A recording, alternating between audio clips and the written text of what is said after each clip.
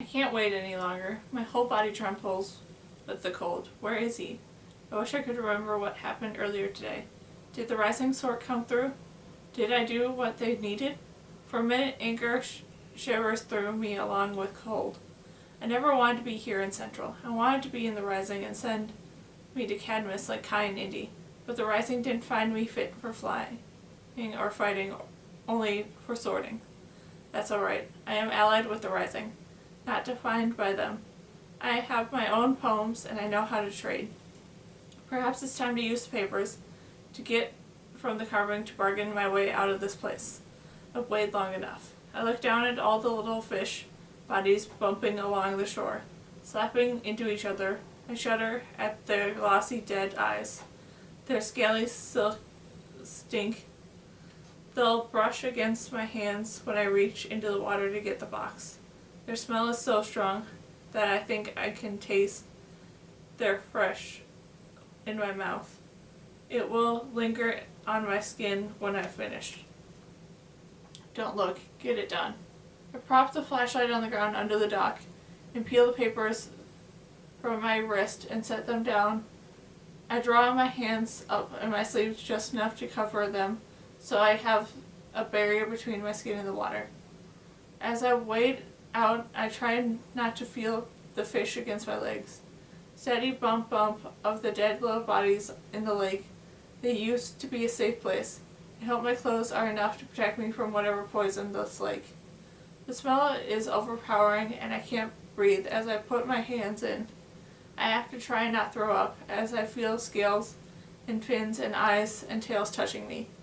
The box is still there. I pull it, dripping out of the lake as fast as I can. Fish swarming my shins, pushed by the motion of the water. As I wade my way to the shore, little corpses part around and follow behind me. I carry the box across the grass and away from the lake, and crouch down for a moment. Hidden in the tangles of brush, I wipe my hands off on the dry spot of my shirt. I make sure not to drip on the papers I left here earlier. Would I know the value of these fragile pages if I hadn't seen the place where they'd been hidden? If I couldn't picture Hunter looking through them to find a poem to write his daughter's headstone. Perhaps that's why I wear them against my skin. Not only to hide them, but to feel them, to remember what it is that I carry. I think I'm making myself a garment of words, something titled and layered like the scales of the fish behind me. Each page protecting me, paragraphs and sentences shifting to cover me as I move. But the scales of the fish did not protect them in the end. And as I open the box, I recognize something I should have noticed earlier, when I first lifted it. But I was too distracted by all the little bodies. The box is empty. Someone's taken my poems.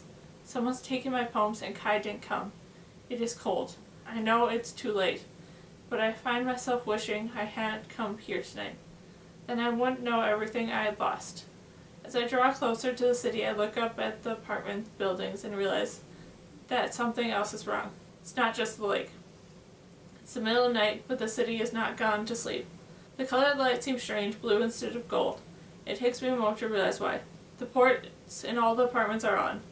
I've seen society-wide broadcasts like this on the winter evenings before, when the sun goes down early and we are awake for part of the dark. But I've never seen people watching ports this late, at least not that I remember. What could be so important that society would wake everyone up? I pass through the green space, now colored cold blue and gray. I find my apartment complex and slip through the heavy metal door. After entering the key code, the society will note my lateness, and someone will speak to me about it. An hour unaccounted for here or there is one thing, but this is half a night. The kind of time that could be spent in a myriad of unapproved ways. The elevator slides as noiseless as an air train up to my floor of the 17th, and the hallway is empty. The doors are well made and none of the port lights steep through, but when I open the door of my apartment, the port waits in a foyer as usual. My hand flies to my mouth, my body anticipates my need to scream before my mind's taken in what before me. Even after my time in the carving, I could have never conceived of this. The port screen is showing me bodies. It's worse than those burned, flung aside, blue-marked corpses on top of the carving. Worse than the stone rows of graves and settlements where Hunter put his daughter down with the care and farewell. The sheer number makes this terrible, makes it nearly impossible for my mind to take in. The camera goes up and down the rows of what that we can see of how many bodies there are. Up and down, up and down. Why are we watching? Because they're showing the faces. The cameras linger on each person long enough for us to register either recognition or relief, and then moves on, and we are afraid again. Then another memory comes to mind. The tubes inside the cavern of the carving where Hunter took us. Is that what they're doing? Have they found a new way to store us? But I see now that the people on the screen are alive, though far too quiet, far too still. Their eyes are open and unseeing, but their chests move up and down. Their skin seems strangely dusky and blue. This isn't death, it's almost as bad. They are here and not here. With us and gone. Close enough to see, but out of reach. Each person is tethered to a clear bag with a transparent tube running into their arm. Do the tubes run all the way through their patient's veins? Are their real veins gone and now they're threaded with plastic? Is this a new plan the society first take our memories, then drain our blood until we are only fragile skin and haunted eyes, shells of who we used to be? I remember Indy's wasp nest, the one she carried all through the carving. Papery circles and used to contain humming, stinging creatures in their busy, brief lives. In spite of myself, my eyes are drawn to the blank, unseen gaze of the patients' faces. People don't look like they are in pain, but they don't look like they are in anything. The point of view shifts, and now we're watching from the ports mounted on the walls of whatever building housing these people. We're looking for another angle, but still looking at all of the sick. Men, women, children, women, men, child, hold on and on. How long have this ports been showing this? All night? When did it begin? They show the faces of a man with brown hair. I know him, I think, in stock. I used to sort with him. He's in Central. Are these people in Central? The images keep coming. Merciless pictures of people who cannot close their eyes. But I can close mine. I do. I don't want to see anymore. I think about running and turning blindly towards the door. And then I hear a man's voice, rich and melodic and clear. The society is sick, he says, and we have the cure. I turn slowly back around, but there is no face on the port to the voice, just the sound. The ports only show only the people lying still. This is the rising, he says, and I'm the pilot. The tiny foyer, the words echo from the walls, coming back to me from each corner, every surface of the room. Pilot, pilot, pilot. For months I have wondered what it would be like to hear the pilot's voice. I thought I might feel fear, surprise, exhilaration, excitement, apprehension, but I didn't think I'd feel this, disappointment. So deep it feels like heartbreak. I brushed my back of my hands against my eyes. I didn't realize until now that I expected to recognize the pilot's voice. Did I think he would sound like grandfather? Did I think the pilot would be grandfather somehow? We call this illness the plague, the pilot says. The society created it and sent it to the enemy in the water. The pilot's words came into the silence like carefully selected seeds, and blurbs dropped into hollowed out spaces in the soil. The rising had made these spaces, I think, and now they're filling them. This is the moment they've come into power. The port changes. Now we're outside following someone up the steps of the Central City Hall. The view is clear. Even in the night and through the buildings, it isn't lit up with special occasion lights. The look of the marble steps and the waiting doors make me think of the match banquet. Not even a year ago, I walked up these steps much like those back in Oria. What lies behind the door of the halls across the society now? The cameras move inside. The enemy is gone, the pilot says, but the plague in society gave to the enemy lives on with us. Look at what has happened to society's own capital, in Central, where the plague first made inroads. Society can no longer contain the plague within the medical centers. They've had to fill other government buildings and apartments with the sick. The hall is filled, brimming with even more of the patients. And now outside, looking from above at the white barricade encircled Central City Hall. There are barricades like this in every province now, the pilot tells us, and society has tried to keep the plague from spreading. But they have failed. So many have fallen ill that the society can no longer keep up even with the most important occasions. Tonight, the match banquet fell apart. Some of you will remember this. When I go to the window, I see movement. The rising is here, no longer hiding. They fly over us in ships. They are among us in black. How many of them came in from the sky? I wonder. How many simply changed a set of clothes? How deeply and well had the rising infiltrated Central? Why do I know so little about what's taking place? Is that's the society's fault for making me forget, or the risings for not telling me enough in the first place?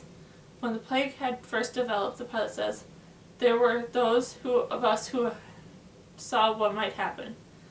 We are able to give some of you immunity. For the rest, we have the cure.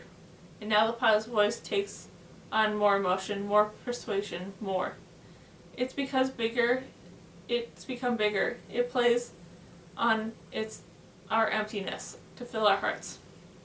We will keep all the good things from the society, all the best parts of our way of life. We won't lose all the things you've worked so hard to build, but we'll rid of the sickness in the society. This rebellion, the pilot says, is different than other throughout history. It will begin and end with saving your blood, not spilling it. I start to edge towards the door. I need to run to try and find Kai. He didn't come tonight to the lake. Perhaps this is why he couldn't get away. But he might still be here in Central somewhere tonight. Our only regret, the pilot says, is that were unable to step in before any lives were lost. Society was stronger than we were, until now.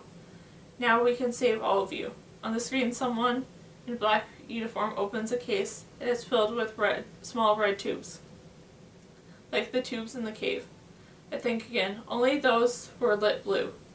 This is the cure, the pilot says, and now, at last, we have made enough for everyone. The man on the screen reaches inside the case and takes out a tube, pulling off the cap and revealing a needle. With the smooth confidence of the medic, he plunges a needle into the line and draws in a breath. The illness may look peaceful, the pilot says, but I can assure you that it's still fatal. Without medical care, bodies shut down quickly. Patients dehydrate and die. Infection can set in. We can bring you back if we find you soon enough, but if you try and run, we cannot guarantee a cure. The port goes dark, but not silent. There are likely many reasons they chose this pilot, but one reason has to be his voice, because the pilot starts to sing. I stop and hear the anthem of society, a song I have known all my life. The one that follows me into the canyon, one that I will never forget. The pilot sings it now, and sad. The society is dying, is dead. Tears stream down my cheek. In spite of myself, I find that I am crying for the society, for its end. For the death of what I did keep some of us safe for a very long time. The rising told me to wait, but I am no longer any good at that. I feel my way along underground hallway, crumbles in green moss coming off my hands, and wonder how thick and fast things can grow here. Below, somehow I rarely seem to run into anyone going or coming through the fear and putting out my hands to touch stone, feeling skin instead of its way always there. I couldn't find Kai, so I've come to ask the archivists what they've known. They might lean one way or another, society or the rising, but it seems to me that they are archivists above all. Today everyone is hidden among their own shelves, tucked away in their own trades. The archivists and traders have gathered in a large main room and stands in cluster talking. Of course, the largest group has gathered around the head archivist. I might have to wait a long time to speak with her. To my surprise, when she sees me, she separates herself out and comes to talk to me. Is the plague real? I ask. The information is worth quite a bit, she says, smiling. I should ask for something in exchange. All my papers are gone, I tell her. Her face changes. Shows genuine regret. No, she says. How? They were stolen, I say. Her expression softens. She hands me a piece of paper, a curl of white from one of the illegal activist boards. As I look around the room, I notice that many of the people hold slips of paper like mine. You're not the only one who wanted to know if the plague was real, she says. It is. No, I breathe out.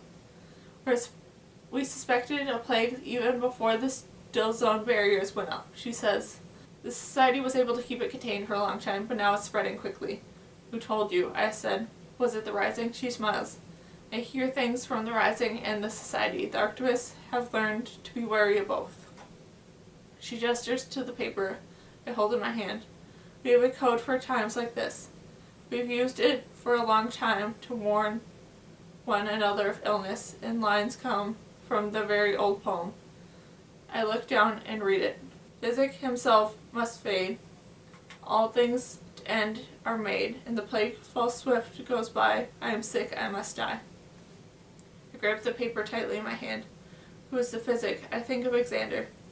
No one, she says. Nothing. Its important word here is plague. The Physic isn't anyone special. She tilts her head. Why? Who do you think it might be? The leader of the society, I say, hedging. Even after all my trading with Arcturus, I'm hesitant to tell her of Xander or Kai. She smiles. There is no leader of the society, she says. They're ruled by a committee of officials from different departments. Surely you figured that out by now. She's right, I have. But it's strange to hear confirmation of what I suspected. What about the plague then? I asked. There must be other mentions of it in your archives. Oh, there are. The archivist says the plagues are mentioned everywhere, in literature, histories, even poetry, as you've seen. But they all say the same thing. People die until someone finds a cure. Will you tell me if my papers surface somehow? I ask. If someone else brings them to trade. I've already known the answer, but it's difficult to hear. No, she says. Our job is only to certify authenticity of items, to keep track of our own trades. We do not ask anyone to account for items they bring here. I knew that, of course, otherwise I would have had to explain how I came by my papers in the first place. In a way, I stole them too. I could write some poems, I say. I thought of them before. I heard Arcturus interrupt me. There's no market for that, she says, her voice matter of fact. We deal in old things of established worth, and some new things whose value is obvious. Wait, I say, my idea taking hold and making me reckless. I can't help it. I picture it. All of us coming together to trade for some reason. I imagine the scene taking place in City Hall, under the dome, only instead of wearing bright dresses, we bring bright pictures, holding colorful words, humming snatches of new melodies under our breaths, unafraid of being caught out, ready to be asked, what song is that you sing? What if, I say, we started another line of trading using new things that we've made or want someone else's painting? They might want my poem or... The archivist shakes her head. There's no market for that, she says again. But I'm sorry about your papers. Her voice rings with a loss of only felt by true contender. She knew what those pages were worth, and she saw the words, smelled the faint aroma of rock and dust, and clung to them. So am I say, and my loss is much deeper, more visceral and essential. I lost my way to get to Kai, for instance. I always had that if I stopped believing in the Rising, or if things went terribly wrong, I could trade my way to Kai, to my family. Now I have little left. Even the Thomas poem, which no one else knows, won't be nearly enough to get me there without an actual document. You have, of course, 2 items in transit, the archivist says. When those items arrive, you'll be able to take possession of them immediately since you've already paid in full. Of course, I did not reach the poem Grandfather's microcard. Will they still come through? And you may keep running trades for us. The octopus says, as long as you prove trustworthy. Thank you, I say. At least there's that. A small amount I get as payment for the trades won't be worth much, but perhaps I can start to accrue something. Some things will remain valuable no matter who it is in charge, the octopus tells me. Others will change, the currency will shift. She smiles. It is always, she says, so interesting to watch.